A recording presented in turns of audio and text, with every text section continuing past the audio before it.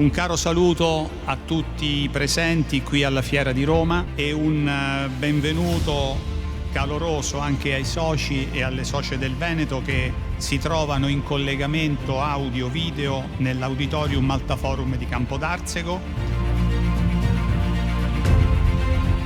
Buongiorno a ciascuno e soprattutto a voi a Roma, alla direzione, ai soci consiglieri, ai nostri soci e socie qui presenti a Campodarsego.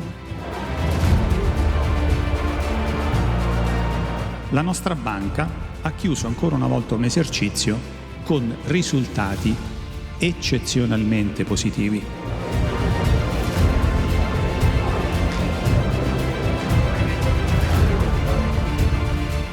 In valore assoluto, il patrimonio della banca è sempre stato il nostro requisito di eccellenza.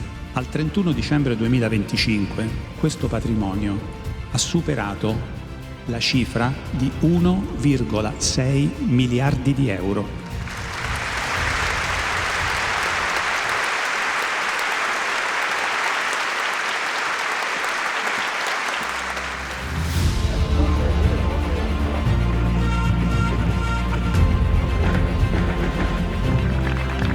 Oggi mi sento di affermare proprio questo con grande convinzione, che BCC di Roma, per tutti i soci e per tutti i nostri numerosi clienti, rappresenta un porto sicuro, una casa accogliente, un luogo di certezze.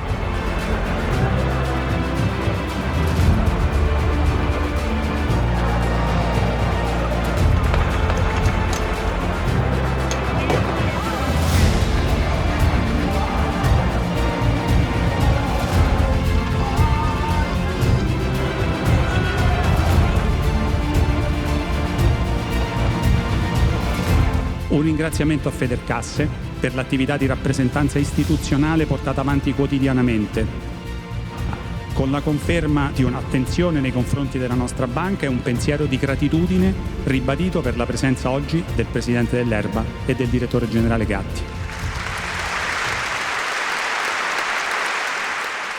Io sono felice, questa partecipazione, questa attenzione è decisiva per me, per Gilberto Cesandri, per Francesco Liberati, per tutti noi, per continuare il lavoro di tutti i giorni. Grazie a tutti.